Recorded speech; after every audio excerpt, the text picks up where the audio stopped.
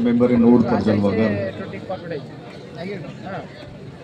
جملہ علماء اہل سنت، سامعین حضرات، السلام علیکم ورحمۃ اللہ وبرکاتہ۔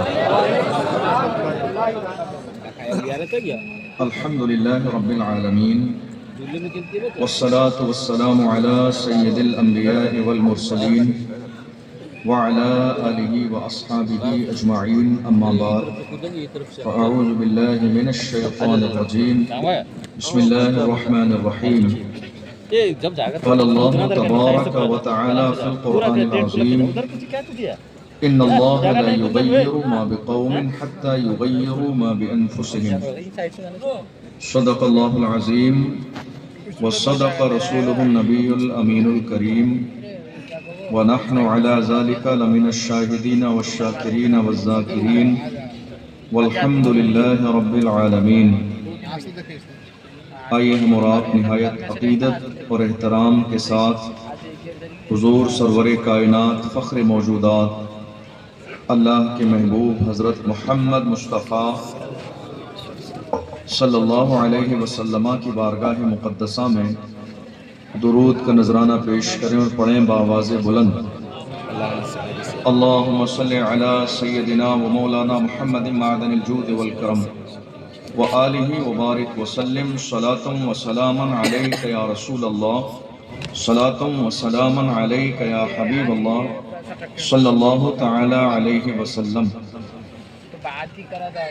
اللہ کا لاکھ لاکھ شکر اور اس کا احسان عظیم کہ اس نے ہمیں اور آپ سب کو آج کی اس عظیم الشان محفل میں حاضر ہونے کا موقع عطا فرمایا۔ اللہ کی بارگاہ میں دعا ہے پروردگار عالم ہماری اس محفل کو اپنی بارگاہ میں قبول فرمائے۔ قابل مبارکباد ہیں اس کمیٹی کے تمام ذمہ داران جنہوں نے اس خوبصورت محفل کو سجایا۔ اللہ تعالیٰ ان کی کوششوں کو اپنی بارگاہ میں قبول فرمائے۔ اپنی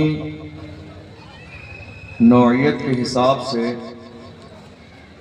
جس طرح کے جلسے اڑیسہ کی سرزمین پر ہوتے ہیں، اس اعتبار سے یہ بڑا مختلف جلسہ ہے کہ جہاں 10:30 بجے جلسہ شروع ہونے کا لوگ تصور کرتے ہیں، وہاں انہوں نے 10:30 بجے مہمان خصوصی کو آپ کے سامنے لا کر پیش کر دیا۔ یہ بات بہت اچھی ہے، قابل تعریف ہے، اس لیے میں یہ تعریف کا جملہ کہہ رہا ہوں۔ لیکن کیا ہی اچھا ہوتا کہ جو کچھ 15-20 منٹ کا منظر جلسے کو روک کر جو ہماری اور آپ کی نگاہوں کے سامنے گزرا، اگر یہ نہ ہوتا تو شاید میں اور اس سے زیادہ دل کھول کر اس جلسے کی تعریف کرتا۔ لیکن ہم اعلیٰ حضرت کے غلام ہیں، جو صحیح ہے اسی کو صحیح کہتے ہیں، جو غلط ہے اس کو غلط کہتے ہیں۔ یہ بات کسی کو بری لگتی ہے تو لگتی رہے، جو صحیح ہے وہی صحیح ہے، جو غلط ہے وہ غلط ہے۔ اعلیٰ حضرت کے غلاموں کی یہی شان ہے، تاج الشریعہ کے غلاموں کی یہی پہچان ہے، وہ اس بات کا لحاظ نہیں کرتے کوئی برا مان جائے۔ یہ ہماری شناخت رہی ہے اعلیٰ حضرت کے غلاموں کی، جو حق ہوتا ہے اس کو بولتے بھی ہیں اور حق ہمیشہ سر چڑھ کے بولتا ہے۔ میں چونکہ علماء اکرام طنز کرنے کے لیے نہیں بلائے جاتے ہیں، اصلاح کے لیے بلائے جاتے ہیں، تو میں بطور اصلاح طنز کرنے کی نیت سے نہیں، آپ اسلامی رشتے سے میرے بھائی ہیں، میں ہاتھ جوڑ کر یہ گزارش کروں گا اگلے سال جلسے میں ایسا نہ کریں، چونکہ یہ غیر مناسب ہی نہیں بلکہ ناجائز ہے۔ سمجھ رہے ہیں آپ؟ صرف یہ جو ہوا ابھی یہ صرف غیر مناسب نہیں ہے بلکہ یہ جائز ہی نہیں ہے کہ اللہ اور اس کے رسول کا ذکر جلسہ روک کر پھر کوئی دوسرا کام کیا جائے۔ میں یہ نہیں کہہ رہا ہوں آپ اپنے ایم ایل اے کی عزت نہ کریں، ان کا احترام نہ کریں، ان کی تعظیم نہ کریں، یہ نہیں کہہ رہا ہوں۔ ہم الحمدللہ جس مذہب کے ماننے والے ہیں وہ مذہب ہر ایک شخص کا احترام بتاتا ہے۔ سمجھ رہے ہیں آپ؟ میں یہ نہیں کہہ رہا ہوں، میں راجستھان میں ایک زمانے سے قاضی شہر کے منصب پر ہوں، صبح سے لے کر شام تک ہمارا ملنا نیتاؤں سے بھی ہے، پرشاسن سے بھی ہے، پولیس سے بھی ہے، سب سے ہے دن و رات، لیکن اس کا ہرگز یہ مطلب نہیں ہے کہ نماز کا وقت ہم بھول جائیں، جماعت کا ٹائم بھول جائیں، جلسے کی وضع قطع بھول جائیں، یہ تو مناسب بات نہیں۔ ہمارے چیئرمین صاحب، ایم ایل اے صاحب، جو لوگ بھی ہیں اچھا کام کر رہے ہیں، دل کھول کر ان کے لیے اسپیشل پروگرام کیجیے، ایک اسپیشل اسٹیج لگائیے، شان و شوکت کے ساتھ استقبالیہ پروگرام رکھیے، پورے علاقے کے لوگوں کو بلائیے۔ میں منع نہیں کر رہا ہوں، چونکہ میرا تو اپنا یہ نعرہ ہے، کام کرنے والوں کی قدر کرو، کان بھرنے والوں کی نہیں، کام کرنے والوں کی قدر کرو، میرا تو یہ نعرہ ہے۔ کام جو لوگ کر رہے ہیں کوئی بھی ہو، اس سے کوئی فرق نہیں، وہ چاہے علماء ہوں، عوام ہوں، سیاسی لوگ ہوں، نیتا ہوں، کوئی بھی ہو، جو کام کرنے والے دل کھول کر قدر کیجیے، لیکن آپ کو یہ پتا ہونا چاہیے کون سا کام کب کرنا ہے۔ اے رضا ہر کام کا ایک وقت ہے، اعلیٰ حضرت نے جو کچھ ہونے والا تھا پہلے ہی بتا دیا۔ اے رضا ہر کام کا ایک وقت ہے، دل کو بھی آرام ہو ہی جائے۔ تو میں اس چیز کا مخالف نہیں ہوں کہ حوصلہ افزائی نہیں ہونا چاہیے، میں اس کے موافق ہوں کہ پروگرام ہونا چاہیے، لیکن ہر ایک اسپیشل پروگرام ہونا چاہیے۔ دیکھو آقا کا ذکر، آپ نے جلسے کو عنوان کہہ دیا جشن عید میلاد النبی، یعنی حضور کے ولادت کا ذکر، حضور کی محفل، پھر حضور کے ذکر کی محفل میرے لیے بھی روکنا جائز نہیں ہے۔ سمجھ رہے ہیں آپ سوچیں کہ صاحب یہ آ رہے ہیں تو ان کے استقبال کے لیے جلسہ روک دیں، غیر مناسب بات، تو پھر کسی کے لیے بھی مناسب نہیں ہوگا۔ آنے والی سال میں کوشش کیجئے گا، آپ میرے اپنے ہیں، عزیز ہیں، میرے بھائی ہیں، اور اس کرسی پر بیٹھنے کا اگر میں یہ بات نہ بتاؤں تو حق ادا نہیں ہوگا۔ اس لیے سچی بات یہ ہے، جو بھی آپ کے علاقے میں کام کرنے والے سیاسی لیڈران ہیں، دل کھول کر ان کا استقبال کیجئے، لیکن اسپیشل ان کے لیے ایک ایک پروگرام رکھیے۔ سمجھ رہے ہیں آپ؟ چونکہ اب دشواری، ایک تو جلسہ روکا، دوسرا یہ ادھر جلسے والے انتظار میں ہیں، ادھر وہ بھی پریشان ہیں کہ جلدی اپنی بات پوری کرو، تو وہ بھی مطمئن نہیں ہے۔ تو بہتر یہ ہے کہ دو پروگرام الگ ہو جائیں، جلسے کا الگ ہو پروگرام، ایک سیاسی پروگرام الگ ہو جائے، تاکہ جلسہ جلسہ رہے، قرآن اور حدیث کسی کے لیے روکا نہ جائے۔ یہ ہماری شناخت رہی ہے، یہ ہماری پہچان رہی ہے۔ دنیا ادھر سے ادھر ہو گئی، نہ اذان کبھی کسی کے لیے رکی ہے، نہ جماعت میں 1 منٹ تاخیر ہوئی ہے۔ یہ ہماری شناخت اور پہچان رہی ہے، اور الحمدللہ ہم امام احمد رضا کے غلام ہیں، حق سنتے بھی ہیں، حق بولتے بھی ہیں، اور حق سمجھنے کا اور قبول کرنے کا جذبہ بھی ہے۔ باقی یہ پروگرام بہت کامیاب، بہت کامیاب، بہت کامیاب، اب تک بہت کامیاب پروگرام ہے۔ اتنی بڑی تعداد میں لوگ شوق سے سن رہے ہیں، بہترین انتظام ہے، اور ان کی مہمان نوازی میں ممبر رسول پر ہوں، بہت بے مثال مہمان نوازی ہے۔ ظہور بھائی، دلدار بھائی اور ان کی پوری ٹیم کو دل کی گہرائیوں سے مبارکباد پیش کرتا ہوں، جنہوں نے بڑی محبتوں سے نوازا، اپنے ہونے کا احساس دلایا، کیونکہ ہم جلسے تو روزانہ کرتے ہیں، روزانہ ہمیں لوگ ملتے ہیں، وہاں جا کے قیام کرتے ہیں، رات میں رہتے بھی ہیں، کبھی دن میں پہنچتے ہیں، لیکن یہاں پر آنے کے بعد ایسا احساس ہوا کہ یہاں ہم بالکل اپنے گھر میں رکے ہوئے ہیں۔ تو یہ بڑی محبتیں دی ہیں، میں دل کی گہرائیوں سے اس کا شکریہ ادا کرتا ہوں، اور یہ بہت کامیاب پروگرام ہے۔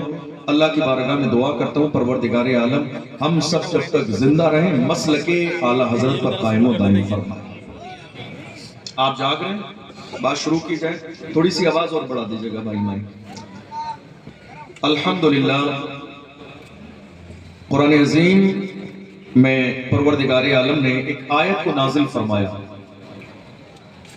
بسم اللہ الرحمن الرحیم، ان اللہ لا یغیر ما بقوم حتی یغیروا ما بانفسہم۔ اس کا مطلب کیا ہے؟ اس کا مطلب یہ ہے، خدا نے آج تک اس قوم کی حالت نہیں بدلی، خدا نے آج تک اس قوم کی حالت نہیں بدلی، نہ ہو احساس جس کو اپنی حالت خود بدلنے کا۔ خدا نے آج تک اس قوم کی حالت نہیں بدلی، نہ ہو احساس جس کو اپنی حالت خود بدلنے کا، آپ اندازہ لگائیے۔ الحمدللہ ہم تقریروں میں قصے کہانیاں نہیں سناتے ہیں، نہ آپ کو جوک سنانے والے ہیں۔ ہم امام احمد رضا کے غلام ہیں، کوشش کرتے ہیں کہ ہماری قوم کو اور ہماری آنے والی نسل کو یہ احساس دلائیں کہ بحیثیت عاشق رسول موجودہ دور میں تمہاری ذمہ داری ہے۔ قرآن عظیم کی اس آیت پر آپ ذرا سا غور کر لیجئے۔ فرمایا گیا خدا نے آج تک اس قوم کی حالت نہیں بدلی۔ آپ غور کیجئے، آج ہم اور آپ کہاں کھڑے ہوئے ہیں؟ ہم اور آپ آج کہاں کھڑے ہوئے ہیں؟ اور اللہ کے رسول صلی اللہ علیہ وسلم نے ہمیں کہاں کھڑا کیا تھا؟ کیا جو طریقہ ہمارے آقا نے ہمیں عطا فرمایا تھا، کیا آج ہم اس طریقے پر عمل کر رہے ہیں؟ کیا جو طریقہ رسول اللہ نے ہمیں دیا تھا وہ طریقہ ہماری زندگی میں ہے؟ کیا رسول اللہ صلی اللہ علیہ وسلم نے جو گھر کا اسلامی ماحول بنایا تھا، کیا وہ ماحول آج ہمارے گھر میں ہے؟ کیا ہمارے معاشرے کے اندر وہ ایک دوسرے کا احترام، محبتیں، ایک دوسرے کا خیال رکھنا، پردہ پوشی کرنا، کیا وہ ساری چیزیں آج ہمارے سماج میں ہیں؟ نہیں، وہ چیزیں آج ہمارے سماج میں نہیں ہیں۔ وہ دیانت داری جس کا حکم رسول اللہ نے دیا تھا، کیا وہ دیانت داری آج ہمارے ہاں ہے؟ نہیں۔ کیا وہ ایمانداری جس کا سبق رسول اللہ نے 1400 سال پہلے پڑھایا، کیا وہ سچائی جس کے لیے اللہ کے رسول نے فرمایا انسان جب جھوٹ بولتا ہے تو اللہ اس پر لعنت بھیجتا ہے، کیا اس جھوٹ سے ہم نے توبہ کی؟ کیا سماج میں شراب پینے والے لوگ نہیں ہیں؟ کیا زنا کی بیماری آج ہمارے سماج میں نہیں ہے؟ کیا بدکاری آج ہمارے یہاں نہیں ہو رہی ہے؟ کوئی گناہ ایسا نہیں ہے کہ جو آج ہمارے سماج میں موجود نہیں۔ سارے گناہوں کے ہوتے ہوئے پھر آپ کہتے ہیں حالات بہت زیادہ خراب ہیں۔ حالات کیسے بگڑ گئے؟ کوئی بھی شخص ہو، چاہے وہ علماء ہو، وہ عوام ہو، وہ ڈاکٹر ہو، وہ انجینئر ہو، وہ پروفیسر ہو، ہر شخص کی زبان پر یہی جملہ ہے، پتہ نہیں حالات اتنے زیادہ کیوں خراب ہو گئے، پتہ نہیں حالات اتنے زیادہ، سب رو رہے ہیں، سب رونا رو رہے ہیں حالات کا، حالات خراب ہیں، حالات خراب ہیں، حالات خراب ہیں۔ کبھی آپ نے غور کیا حالات خراب کیوں ہیں؟